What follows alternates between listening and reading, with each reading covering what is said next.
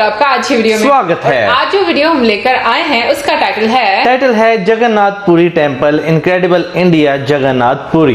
इससे पहले भी हमने जगन्नाथ से रिलेटेड वीडियोस देखी हैं, लेकिन आज की वीडियो में क्या है वो हम देखेंगे आपके साथ। लेकिन इससे पहले इस वीडियो के चैनल का वीडियो लिंक आपको हमारी वीडियो के डिस्क्रिप्शन में मिल जाएगा। सब्सक्राइब कर, लाइक कर, शेयर कर, फॉलो कर इनके चैनल को। उसके अलावा मैं व्लॉगिंग चैनल का लिंक और इंस्टाग्राम का लिंक भी हमारी वीडियो के डिस्क्रिप्शन में मिल जाएगा। सब्सक्राइब कर, लाइक कर, शेयर कर, फॉलो करें। चलिए देख लेते हैं ये वीडियो।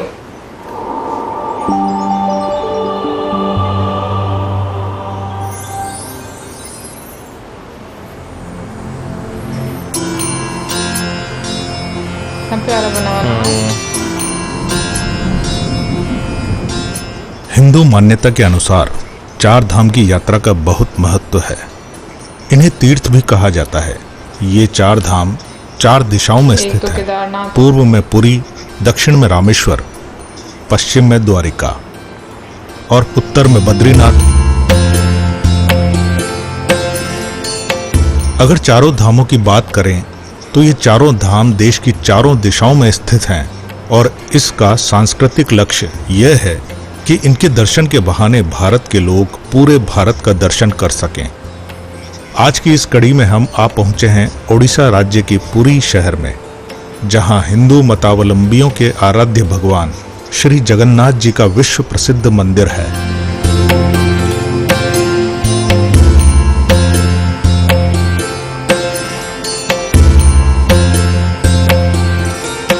उड़ीसा प्रांत के पुरी शहर में स्थित श्री जगन्नाथ मंदिर श्री कृष्ण भक्तों की आस्था का केंद्र ही नहीं बल्कि वास्तुकला का भी बेजोड़ नमूना है। इसकी बनावट के कुछ राज तो आज भी राज ही हैं। आइए आपको बताते हैं भगवान जगन्नाथ के इस रहस्यमय मंदिर के बारे में।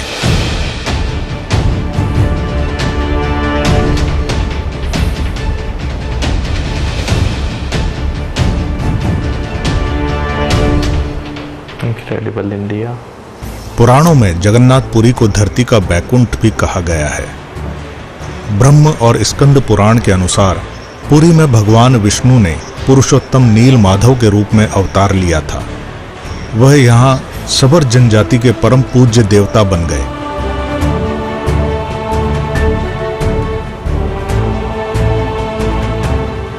मंदिर की स्थापना के बारे में कोई पुख्ता प्रमाण नहीं है, लेकिन मूर्तियों को लेकर मान्यता है कि मालवा नरेश इंद्रधुम्न, जो कि भगवान विष्णु के बड़े भक्त थे, उन्हें स्वयं श्री हरि ने सपने में दर्शन दिए और कहा कि पुरी के समुद्र तट पर तुम्हें एक लकड़ी का लट्ठा मिलेगा, उससे मूर्ति का निर्माण करवाओ। राजा जब तट पर पहुंचे तो उन्हें लकड़ी का लट्ठा मिल गया। अब उनके सामने यह प्रश्न था कि मूर्ति किन से बनवाएं। कहा जाता है कि भगवान विश्वकर्मा जी एक वृद्ध मूर्तिकार के रूप में प्रकट हुए। उन्होंने कहा कि वो 1 महीने के अंदर मूर्तियों का निर्माण कर देंगे, लेकिन इस काम को एक बंद कमरे में अंजाम देंगे। 1 महीने तक कोई भी इसमें प्रवेश नहीं करेगा, ना कोई ताक झांक करेगा, चाहे वह राजा ही क्यों न हो। महीने का आखिरी दिन था। कमरे से भी कई दिन से कोई आवाज नहीं आ रही थी, तो कौतूहलवश राजा से रहा न गया और अंदर झांककर देखने लगे। लेकिन तभी वृद्ध मूर्तिकार दरवाजा खोलकर बाहर आ गए और राजा को बताया कि मूर्तियां अभी अधूरी हैं, उनके हाथ नहीं बने हैं। राजा को अपने कृत्य पर बहुत पश्चाताप हुआ और वृद्ध से माफी मांगी, लेकिन उन्होंने कहा कि यही देव की मर्जी है।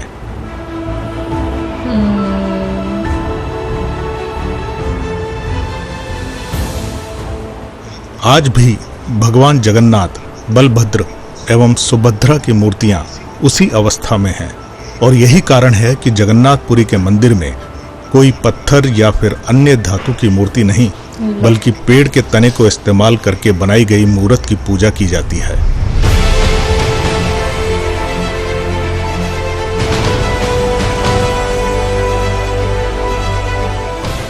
ये तो है जगन्नाथपुरी मंदिर से जुड़ी हुई मान्यताएं।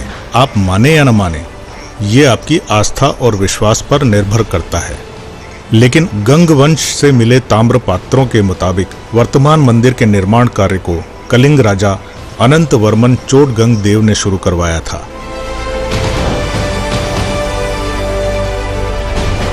इसके बाद ओडिशा राज्य के शासक अनंग भीम ने सन 1197 में इस मंदिर को वर्तमान रूप दिया था।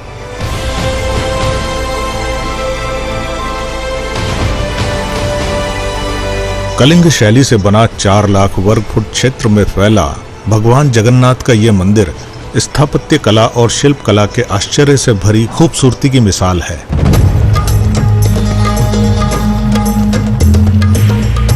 मंदिर का मुख्य ढांचा 214 फीट ऊंचा है। इसके अंदर बने आंतरिक गर्भगृह में मुख्य देवताओं की मूर्तियां भी स्थापित हैं। वैसे तो भारत के बहुत सारे मंदिरों के साथ आश्चर्य जुड़े हुए हैं, लेकिन जगन्नाथ मंदिर से जुड़े आश्चर्य बहुत ही अद्भुत हैं, जिसे जानकर आप दंग रह जाएंगे कि क्या ऐसा भी होता है। वास्तव में ये मंदिर आस्था के साथ साथ अपने इन रहस्यों के लिए भी प्रसिद्ध है। श्री जगन्नाथ का मुख्य मंदिर वक्र रेखीय आकार का है। मंदिर के शिखर पर भगवान विष्णु का सुदर्शन चक्र है। इसकी खास बात यह है कि इसे शहर के किसी भी कोने से देखा जा सकता है और किसी भी दिशा से देखने पर आपको ऐसा लगेगा जैसे इसका मुंह आपकी ही तरफ है। अष्ट धातु से निर्मित इस चक्र को नील चक्र भी कहा जाता है और इसे बहुत ही पवित्र माना जाता है। जगन्नाथ मंदिर का सबसे बड़ा रहस्य यह है कि मंदिर के शिखर पर स्थित ध्वज हमेशा हवा की विपरीत दिशा में लहराता है।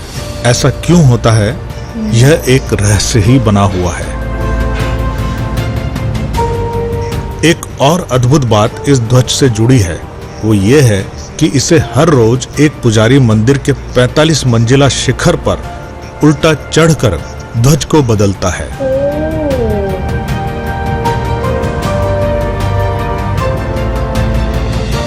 अक्सर समुद्री इलाकों में हवा का रुख दिन के समय समुद्र से धरती की तरफ होता है, जबकि शाम को उसका रुख बदल जाता है। वो धरती से समुद्र की ओर बहने लगती है। लेकिन यहाँ भगवान जगन्नाथ की माया इसे उल्टा कर देती है और दिन में धरती से समुद्र की ओर, वो शाम को समुद्र से धरती की ओर हवा का बहाव होता है। मतलब चेंज नहीं, ऑपोजिट डायरेक्शन जो चलती है ना उससे डिफरेंट है। ये तो विज्ञान का नियम है कि जिस पर भी रोशनी पड़ेगी उसकी छाया भले ही आकार में छोटी या बड़ी बने, लेकिन बनेगी जरूर।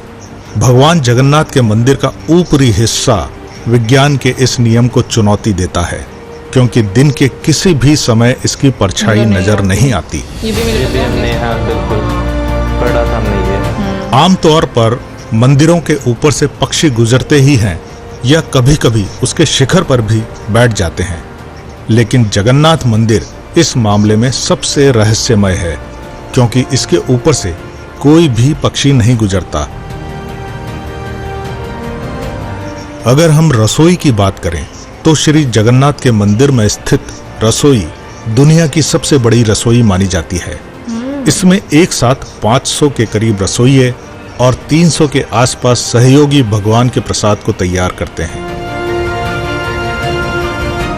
प्रसाद पकाने के लिए 7 बर्तनों को एक दूसरे के ऊपर रखा जाता है और प्रसाद पकने की प्रक्रिया सबसे ऊपर वाले बर्तन से शुरू होती है। यहाँ पर मिट्टी के बर्तनों में ही प्रसाद पकाया जाता है। सबसे नीचे वाले बर्तन का प्रसाद आखिर में पकता है। हैरत की बात यह भी है कि मंदिर में प्रसाद कभी भी कम नहीं पड़ता है।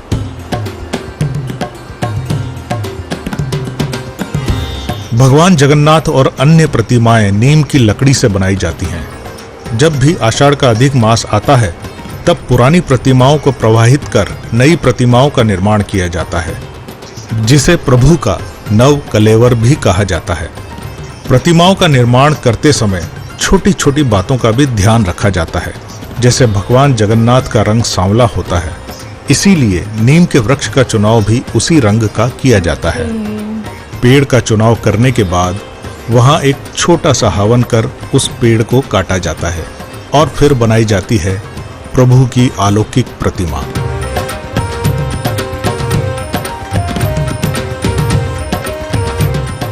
जगन्नाथपुरी में मध्यकाल से ही भगवान जगन्नाथ की हर वर्ष पूरे हर्षोल्लास के साथ रथ यात्रा निकाली जाती है। इसमें मंदिर के तीनों प्रमुख देवता भगवान जगन्नाथ, बलभद्र और बहन सुभद्रा को अलग अलग रथों में विराजमान किया जाता है। पूरी तरह से सुसज्जित इस रथ यात्रा का नजारा भी भव्य दिखाई देता है। इस रथ की रस्सियों को खींचने और छूने मात्र के लिए पूरी दुनिया से श्रद्धालु यहाँ आते हैं, क्योंकि भगवान जगन्नाथ के भक्तों की मान्यता है कि इससे मोक्ष की प्राप्ति होती है। जगन्नाथपुरी में रथ यात्रा की शुरुआत रथ निर्माण से होती है। रथों के लिए लकड़ी का चयन बसंत पंचमी के दिन शुरू होता है और उनका निर्माण अक्षय तृतीया से प्रारंभ होता है। सभी रथ नीम की पवित्र और परिपक्व लकड़ियों से बनाए जाते हैं, जिसे दारू कहते हैं। मतलब नीम के दरख्त। विश्वकर्मा समुदाय के लोग पीढ़ियों से रथों का निर्माण करते आ रहे हैं। श्री कृष्ण के बड़े भाई बलभद्र जी के रथ को ताल ध्वज कहते हैं, जिसका रंग लाल और हरा होता है। 14 पहियों व 45 फीट ऊंचा ये रथ लकड़ी के 763 टुकड़ों को जोड़कर बनाया जाता है। बलभद्र जी के बाद दूसरा रथ देवी सुभद्रा का रथ होता है। यह रथ लाल व काले रंग के कपड़ों से सजा होता है। इस रथ की ऊंचाई 44.6 फीट होती है और इसमें लकड़ी के 12 पहिए लगे होते हैं और लकड़ी के 593 टुकड़ों को जोड़कर बनाया जाता है।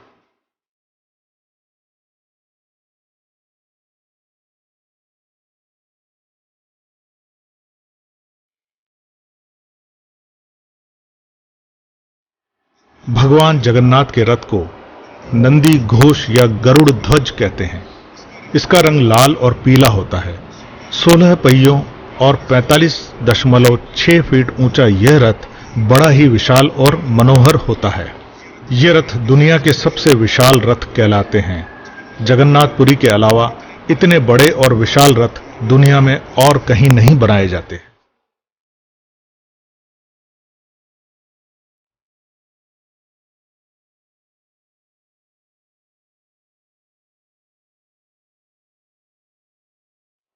आषाढ़ मास की शुक्ल पक्ष द्वितीय तिथि को रथ यात्रा आरंभ होती है। ढोल नगाड़ों, तुरही और शंख ध्वनि के बीच भक्तगण इन रथों को खींचते हैं।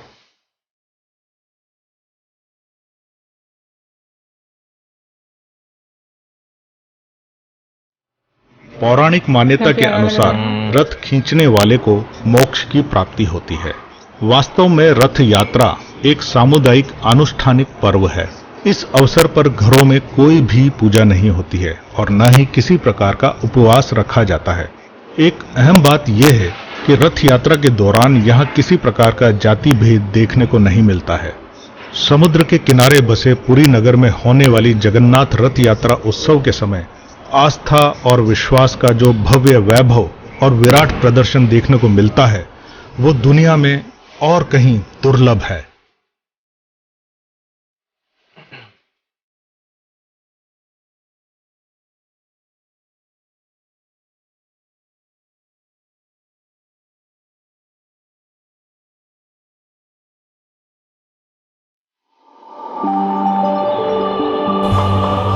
जगन्नाथ टेम्पल की बात की जाए तो ये हमने पहले भी देखा है, लेकिन आज अगर हम इसके कुछ फैक्ट्स की बात करें वो मुझे बिल्कुल भी मालूम नहीं थे। हालांकि पिछली बार हमने फैक्ट्स पे सर्च भी किया था, लेकिन अगर जो बनाने का तरीकेकार था, यानी कि किस तरह बना, जो मूर्तियां थी वो किस तरह बनाई गई, वो नहीं मुझे मालूम थी। बिल्कुल, ये हमारे लिए एक आज की वीडियो में कहेंगे कि नई जानकारी थी। इसके लिए बात करें या फिर हम जो भोजन सर्व किया जाता है, प्रसाद जिसको बोलते हैं, आई थिंक उसके बारे में बात किया जाए तो वो एक नई हमारे लिए जानकारी थी।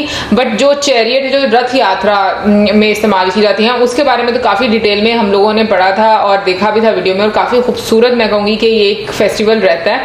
और मैं कहूंगी कि जो स्पेशली एक बात जो जैसे उन्होंने बताई, कुछ फैक्ट्स ऐसे थे जैसे कि हम लोग बात करें कि जो टेम्पल है उसका शेडो नहीं बनता किसी भी साइड पे, वो हम लोगों ने पहले भी देखा हुआ था। और लेकिन ये कि डेली जैसे पुजारी जी जाकर तो हम कहेंगे कि आई थिंक जो फ्लैग है वो जो चेंज करते हैं, इसके बारे में मुझे नहीं पता था। एक्चुअली क्या है ना कि हम लोग थोड़ा सा ध्यान से वर्ड्स यूज करते हैं और हम लोग को वर्ड्स का चुनाव इतना नहीं आता, क्योंकि ये एक ऐसी चीजें होती हैं जिनके बारे में सबको पता नहीं रहता। तो हम लोग कोशिश करते हैं कि कोई ऐसा वर्ड ना बोले जिसका मतलब जो है वो गलत निकल आए, या फिर वो अप्रोप्रिएट वर्ड ना हो उसके लिए, तो वो थोड़ी सी हमें दिक्कत जरूर आती है। बिल्कुल, मैं ये बात आपसे बिल्कुल एग्री करता हूँ। अभी खैर मैं बात करना चाहूंगा सबसे पहले भोजन की। जो अंदर जो है प्रसाद बनाया जाता है, उसको बनाने का जो तरीकाकार है वो वाकई बहुत ज्यादा यूनिक है, और मैं वाकई जो है सुन के हैरान हुआ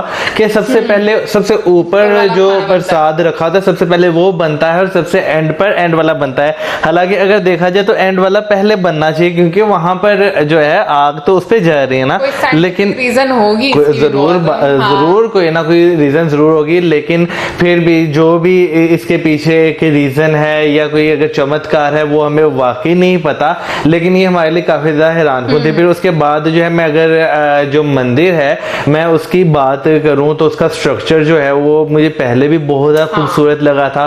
एक तो दूसरे टेम्पल्स जितने भी हमने देखे हैं उससे इस वजह से बहुत ज्यादा डिफरेंट है, क्योंकि इसकी जो मेन बिल्डिंग है ना, जो सीधी बिल्कुल जहाँ से जिसपे शिखारा, जहाँ पर जो पंडित जी हैं वो जो जा रहे थे चेंज करने, जो चढ़ के जा रहे थे, वो मुझे बहुत डिफरेंट लगती है। एक यूनिक ही आर्किटेक्चर है वो। बिल्कुल, मैं भी कहूंगी कि बहुत खूबसूरत बना हुआ है, और अपने आप में ये एक मैं कहूंगी कि एक यूनिकनेस के साथ इसकी जो जितने भी आर्किटेक्चर है वो। और मैं एक चीज ये बात जरूर सोचती हूँ कि पहले टाइम के लिहाज से बहुत सारी चीजें ऐसी होती हैं जो कि अभी तक मिस्ट्री हैं और हम लोगों को पता नहीं चलता है। और मतलब लेकिन ये कि जैसे कि इस वीडियो में भी बताया गया कि जैसे 1 महीने के लिए कमरे में नहीं आना, ठीक है ना, लेकिन फिर उसके बाद यानी कि वो जो जितना भी बना लिखा तो उतना ही था कि इसी तरह का बनेगा, बट ये कि इंसान के बारे में कहा जाता है ना कि इंसान थोड़ा उतावला होता है। बिल्कुल, तो वो चीज उनसे ना वो शुरू से ही हमें देखने को मिलती है। असल में इंसान जो है ना वो कुछ इस तरह के उसे जिस काम से मना किया जाता है ना वो हमेशा वही काम करता है, और जब वो काम कर लेता है उसके बाद नो डाउट वो पछताता है कि मैंने ये काम इस तरह क्यों किया, मुझे ये दूसरी तरह करना चाहिए था। लेकिन वाकई में जगन्नाथ टेम्पल एक ऐसी जगह है कि आप जब इसके यानी कि देखते हैं, खासतौर पर रथ यात्रा की बात करें जिसमें जितने लोग हैं, जिस तरह जो है जो चैरियट बनाए जाते हैं, उन पे जो नक्श निगारी की जाती है, वो वाकई आप एक दफा यहाँ से वो कहते हैं माइंड ब्लोइंग कहना वो है, क्योंकि उसमें कोई ऐसी चीज इस्तेमाल नहीं की जाती, सारा वो लकड़ी से बनाया जाता है। उस पे जो क्या नाम रहता है घोड़े हमने देखे वो जो बनाए गए वो भी लकड़ी से बनाकर उस पर पेंट किया गया। तो ये चीजें आपको काफी ज्यादा हैरान कर देती हैं, क्योंकि मोस्टली हम ज्यादा ये चीजें इमेजिन ही कर देते हैं कि नहीं यार ये इस तरह बना होगा, ये इस तरह बना होगा, लेकिन एक प्रॉपर चीज नीचे से लेकर ऊपर तक लकड़ी से बनाना ये भी जो है एक कलाकारी है, और बहुत बड़ी कलाकारी है ये। बिल्कुल, और जैसे वीडियो में भी बताया गया कि जो भगवान जगन्नाथ का टेम्पल है उसमें जितनी भी मूर्तियां हैं वो किसी मेटल की नहीं बनाई जाती, सारी लकड़ी की होती हैं। और जैसे कि हम लोगों ने चैरियट भी देखा, और एक चीज जो और मैंने नोट की कि बाकी जो हम लोग मंदिर देखते हैं उसमें काफी सारे जो मतलब ऐसा होता है कि गोल्ड वगैरह हम लोग को नजर आता है, लेकिन इसमें हम लोग को फूलों के हार यानी कि पौधों से रिलेटेड वो ही चीजें हम लोग को नजर की, जो मतलब माला वगैरह पहनाई गई थी मूर्तियों के गले में, उसमें भी कोई मेटल वगैरह इस्तेमाल नहीं की गई थी। अच्छा, एक क्वेश्चन मैं पूछना चाहती हूँ, और वो ये कि जो हर साल चैरियट बनते हैं, मतलब नो डाउट रथ यात्रा भी वैसे रिसेंटली गुजरी है, तो पहले तो हमारी तरफ से ढेर सारी शुभकामनाएं सबको। बिल्कुल, और उसके साथ साथ मैं ये क्वेश्चन पूछना चाहूंगी, जितने भी चैरियट होते हैं क्योंकि हर साल ये नए बनते होंगे, तो जो पुराने वाले चैरियट है उनका क्या किया जाता है या उनको कहाँ पर रखा जाता है, ये मेरा क्वेश्चन है। तो प्लीज कमेंट सेक्शन में जरूर बताइएगा, और आप में से कौन कौन है जिन्होंने रथ यात्रा अटेंड की है। और अगर लास्ट ईयर की बात की जाए तो कोविड की वजह से रथ यात्रा जो है वो सेलिब्रेट नहीं की गई थी, मतलब मुझे अच्छे से याद है कि इस चीज के बारे में डिस्कस भी हुआ था, मीडिया में भी आया था, लेकिन इस साल सेलिब्रेट की गई है या नहीं की गई ये भी जरूर बताइएगा कमेंट सेक्शन में। और इसी के साथ हमें इजाजत, हमारे वीडियोस, हमारे चैनल पे videos, keep us in your prayers, good bye.